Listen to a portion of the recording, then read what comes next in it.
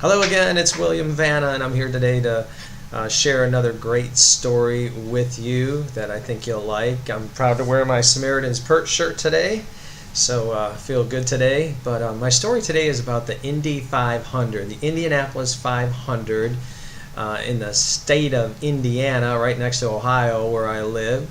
And somewhere around 1984, I had gone to the Indy 500. Actually went there 3 years in a row, but I think it was the very first year we went that I drove, and I had a van. I mean, back in the 80s, I had a minivan, kind of cargo van kind of thing, and I had just recently purchased it a few months earlier, but it was stolen.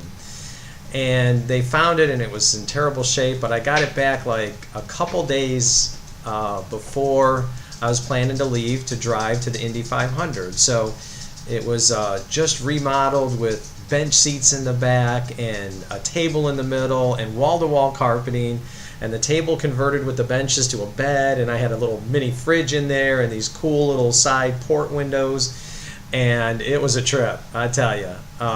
It was fun, but I got it back just, I think, a day or two before we wanted to leave on Friday to drive to the Indy 500 from around Cleveland, Ohio, where we lived. And I remember getting it ready in the driveway, and my dad seeing me, frantically, hurriedly getting it ready. And he's like, "What are you doing?" I was like, "We're going to the Indy 500." And he's like, "You're what?" And I was like, "Yeah, I'm driving to the Indy 500." He goes, "You just got the van back, and you're going? Who's going?" Harry and Kevin. I go, "Oh, yeah." I said, Harry and Kevin, those were my two better best friends growing up at the time. And I said, and a bunch of other friends too. He goes, "Well, how many are going?" And there was 9 of us going. And my dad about flipped out, saying, "You're taking 9 people in this van?" I was like, yeah. Jim's going, and Ricky's going, and a few others. I don't remember who. But if I ever catch up to my friends, I'll find out the details. But I got the van ready, and we went to the Indy 500 on Friday, and got there, and partied all through the weekend. I mean, that's what the Indy 500 was about. We went to the infield when we did get to the race, but we got there Friday night, all day Saturday night. We were partying. These were back in BC days, before Christ, and we were just a fun group. We were never trouble or caused any problems with anybody, never gotten in any fights or stuff like that. We just had a fun time growing up. But I drove 9 of us to the Indy 500 and had a good time at the race and that. But when the race ended on Sunday afternoon, I don't know, what was it, 3-4 o'clock maybe, we hung around while the crowds let out, because it was massive amounts of crowd at the Indy 500. I got the pictures posted right behind this story to share a few memories for those that have been there to the infield, or the snake pit, I think it was, in turn 3. And anyway, so I tried to drive home, at the end of the race Sunday evening, 4, 5, 6 o'clock. And that ended up being a big mistake. Now, I was just burned out. It was just a weekend of partying. Yeah, we were drinking some beers, and we were smoking some smoke, and we were just burned out. We barely slept Friday or Saturday night, and it was just complete exhaustion. I mean, it's May, it's summer, it's hot, probably dehydrated, besides some alcohol consumption and so forth. But anyway, I tried to drive home Sunday evening, and I got about an hour into it, I think. Just crossed the Ohio border, and within a couple miles of crossing the border, sure enough, I got a wonderful escort behind me from the State Highway Patrol of Ohio. And they decided to give me an escort for a little while until they were sure that I was well on my way. And sure enough, I was not well on my way. And though my friend in the passenger seat, I remember Harry was there trying to coach me, tell me, "You're doing okay. Yeah, I know he's there. You're doing good. Just keep it steady. You're doing fine." I mean, traffic was slow too. It was still bumper to bumper from the crowds, and I mean, maybe 30, 40 miles an hour, but it wasn't good enough. And sure enough, there go the flashers, and he pulled me over, and I failed a roadside sobriety test. So off to the clink I went, and one of my friends was sober enough to drive the van and they followed me over to I don't even know what, somewhere, I think it was in Dayton or somewhere near the border, the police station, and they said that I was under the influence and that I was not going anywhere. So they basically just kept me overnight in a cell, and I don't know what happened to my friends till the next day, but I was locked up. And that was my first ever experience with the law, to the degree of being arrested and put in jail. And I was like, dang, this is bad. So I called my roommate at the time. I was not going to call my parents. That's what this whole story is about, is how I dealt with this with my father and my mother, more my father. But I called my roommate, who I was living with, was actually my cousin, Jim, and I said, Jim, man, get me out of here, man. Send me $300, bail me out. So he said he would. And this was like 6, 7 o'clock at night, and he said he'll send it right away. Great guy. And all of a sudden, an hour went by, 2, 3, 4 hours, and they said, nope, hasn't come across. Nope, no money. Bail ain't here. Nope, can't get out. And later on, I think I realized that there was no way they were letting me out to drive home that late at night like that. They were just going to let me sleep it off. So in the morning, they said that money came through and they let me go home. And I found out that 3 or 4 of my friends slept in the van.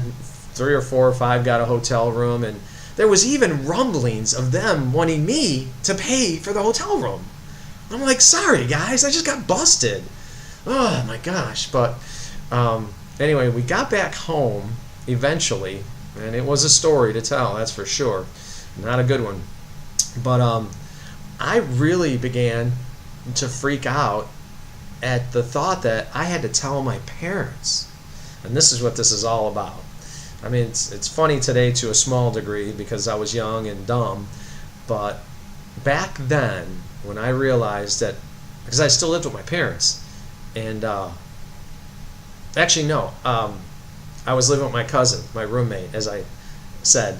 But I had to tell my parents that they would have to know, because I lost my license and I did have to go back to Dayton. That's what it was. I had to go back to court before the judge. So for, I don't know, about a week maybe, give or take, I was pondering, like, how do I tell my parents? And I was literally like freaking out. I was like panicking, stress, just what was I going to do? How was I going to tell them? I knew my dad would blow a gasket. So I came up with this plan to call the family counselor that my parents had been seeing on and off. His name was Gene. And I said, Gene, I got a big problem. This is Bill Vanna. Back then I was Bill Vanna in Ohio. I said, I went to the Indy 500 and I got busted under the influence. I got to go back to court, and I'd like my dad to go with me, but I don't know how to tell him. He's going to lose it, and I'm going to lose it. So I said, can you come over the house and help me tell my parents? So sure enough, I had Gene set up a day and time to come over to the house and meet with my parents and me, and we were all there, and my parents were like, okay, what are you here for? What's up? And he told them, and luckily it broke the ice, and they couldn't flip out on me in front of Gene, and that was as smart as I could get back then, and it worked. It held the fort down, and fireworks didn't blow up. It wasn't the 4th of July yet. But my dad was nice, and he ended up going back with me, I think twice. I think he made 2 trips, actually, back to Dayton. I ended up having to go back to court for stuff, and we got through it. But the real important part about this story was, unfortunately, that as a young man, 20 years old, to have grown up in this home and have this just incredible mountain of fear and turmoil and stress was a terrible way to live. And I carried this with me all the way through my life until, I met God the Father in 2011 for the first time. And I don't want anyone to have to go through that. I know what it was like, and I was able to get out of it, but it was terrible. That amount of stress and pressure and fear from your own father on earth is more than anyone should have to bear. And it's not his fault. I was a young man. I was an adult. I had the ability to choose different things and find different ways to deal with it, but I didn't. So it was my fault. It's not my dad's. But I learned a whole lot about myself and growing up and why I was the way I was as an adult right up until recently because of that. I learned so much looking back and seeing like what had happened and how my belief system was formed. And you know what? I want to do anything for anyone today to work through that, see things a little differently, find a way out of that, and not have that fear of any man. Fear of man is powerful. It's a nasty, nasty tool of the enemy. And I got it figured out. It took way too long, but I did. But that was a crazy time. And that story of the Indy 500 coming home to my dad was just horrendous. But I lived through it, and now I'm better because of it. So hope you like that one, and there'll be more to come soon. Thanks.